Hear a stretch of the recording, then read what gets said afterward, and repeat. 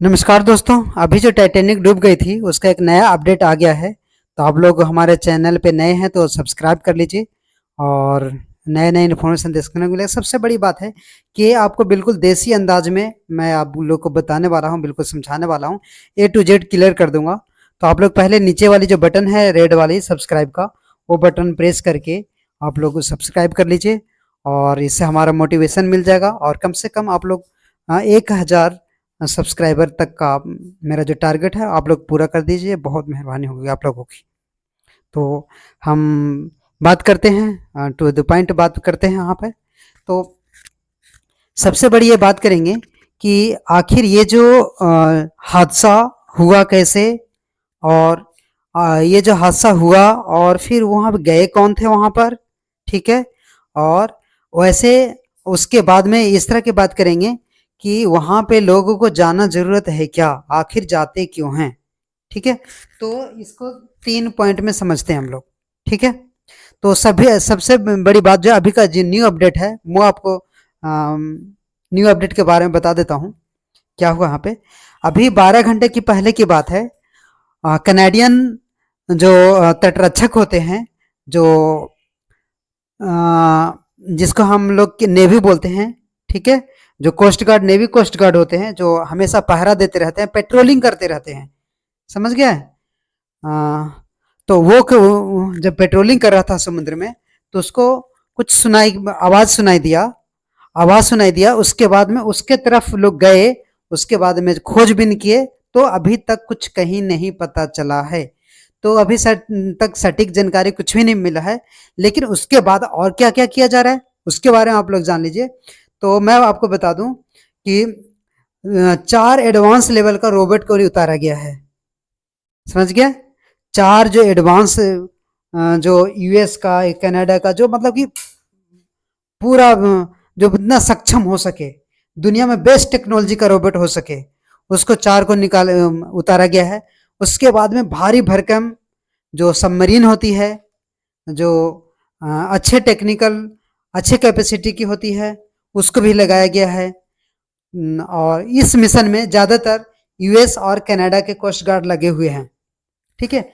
और इवन यही नहीं, अब तो दूर दूर से लोग, जितने भी विशेषज्ञ हो गया आपका, जर्मनी, फ्रांस, ठीक है, वो सब लोग पहुंच गए होंगे इस तरह का। और अभी खोजने का काम जारी है। और आज दोपहर तक का ऐसा कहा जाता है कि आज उस सबमरीन में जो ऑक्सीजन था आज दोपहर के तक का था, और दोपहर हो चुके हैं। और फिर उन तो ऑक्सीजन तो खत्म हो गया होगा और उनके अभी तक बचने की संभावना बिल्कुल भी नहीं है। और यदि बच जाते हैं तो ये चमत्कार से कम नहीं होगा। लेकिन मुझे नहीं लगता कि इस तरह का चमत्कार होगा जिस तरह से टाइटैनिक के चलाने वाला कैप्टन समझ रहे थे कि हम, जो टाइटैनिक है अनसिंकेबल है। शायद इसी तरह के कुछ इनका एटीट्यूड रहा होगा। जो टाइटैनिक 2 का जो ऑपरेटर थे चलाने वाले, उनका इसी तरह का एटीट्यूड रहा होगा। तो अब हम समझते हैं कि ये जो टाइटैनिक जो 2 जो है, उसका नाम क्यों ऐसे टाइटैनिक 2 दिया गया। क्या उसने डूबने के लिए नाम दिया क्या? जैसे एक टाइटैनिक नाम था तो डूब गया, अब उसके बाद में फिर टाइटैनिक उसको 2 नाम दिया गया उस सबमर्सिबल को। छोटा सा सबमर्सिबल था, उसकी जो लंबाई थी सिर्फ और सिर्फ 21 फीट का था। वो ज़्यादा उसमें पावर नहीं होती है। ये पर्यटन के हिसाब से उसको बनाया गया था। और वो बनाने वाली कंपनी जो ओशन गेट नाम है उसका, और उसके पास भी कोई ज़्यादा बड़ा एक्सपीरियंस नहीं है कि हजारों सबमरीन बना दिया, ऐसा कुछ नहीं है। सिर्फ उसके पास में 3 सबमरीन सबमरीन है उसके पास में। और जो अभी लेके गए थे वो सब काफ़ी एडवांस था। वो उसमें से सबसे एडवांस था, वही इतना एडवांस था कि जो 4000 किलोमीटर पानी के अंदर तक जा सके। और दूसरी बात यहाँ पे कि आपने देखे होंगे ना कि जो कोई सैनिक का होता है, कोई आर्मी लेवल का होता है, पनडुब्बी जो होती है वो नॉर्मली ब्लैक कलर का होता है। और ये जो सबमरीन जो थी, सबमर्सिबल जो थी ओशन गेट की, वो वाइट कलर से पेंट किया हुआ था। तो समुद्र के में अंदर में उसको देखना बहुत मुश्किल हो जाता। मतलब कि आप 1 फीट की दूरी पे भी उसको नहीं देख पाएंगे। एक तो वाइट कलर की है, सफेद कलर की है, पता नहीं चलेगा, समझ गया। तो इसलिए ढूंढना और मुश्किल हो रहा है कि सफ़ेद कलर को पता नहीं चल पा रहा है वहाँ पे। और वहाँ पे जो शायद सॉल्ट की डेंसिटी ज़्यादा है, हम बोले तो वहाँ पे पानी जितना क्रिस्टल टाइप का नहीं है जो हम देख सके वहाँ पर, इसलिए और भी समस्या आ रही है। और देखिए अभी मैं बताया कि बहुत सारे कोस्ट गार्ड लोग, नेवी के लोग और सबमरीन एडवांस लेवल का सबमरीन लगाए गए हैं, 4 रोबोट को भी डाला गया वहाँ पर, भेजा गया वहाँ पे, फिर भी आखिर क्यों नहीं पता चला। तो देखिए आपको मैं बता दूं, लगभग 100 वर्ग मीटर स्क्वायर का जो तालाब है उसमें हम आपको सुई फेंक दें, एक निडल फेंक दें उसमें, अब उसको ढूंढने में कितना परेशानी होगी।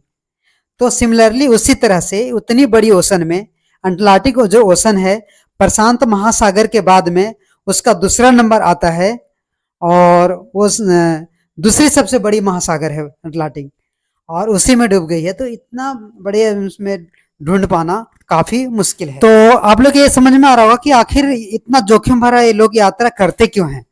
तो मैं आपको बता दूं कि वो लोग जो जा रहे थे, काफी लोग विशेषज्ञ थे और काफी डाइविंग करने वाले थे और सब एक से एक जानकारी रखने वाले थे, पैसे से तो धनी थे ही, और एक अच्छे नॉलेजेबल लोग भी थे, कोई सेंसिटिव साइंटिस्ट से कम नहीं थे, मतलब कि कहने का मतलब मेरा ये हुआ।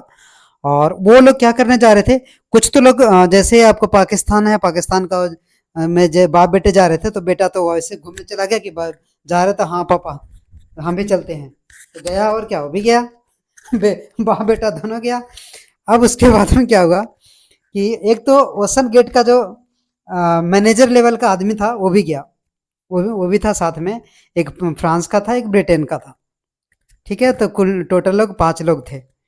अब उसके बाद में क्या होता है कि आखिर लोग गए किस लिए, तो आपको बता दूं कि वो लोग चाहते थे कि हम टाइटैनिक को अंदर जा करके देख के आए और उसके ऊपर एक डॉक्यूमेंट्री बनावे, और पूरा कैमरा लेके गए थे कि कैमरा फोटो भी खींच के लाएंगे और बाकी सब लोग को दिखाएंगे, एक अलग ही रोमांच होगा, एक हमारा भी एक हिस्ट्री बन जाएगा, ठीक है।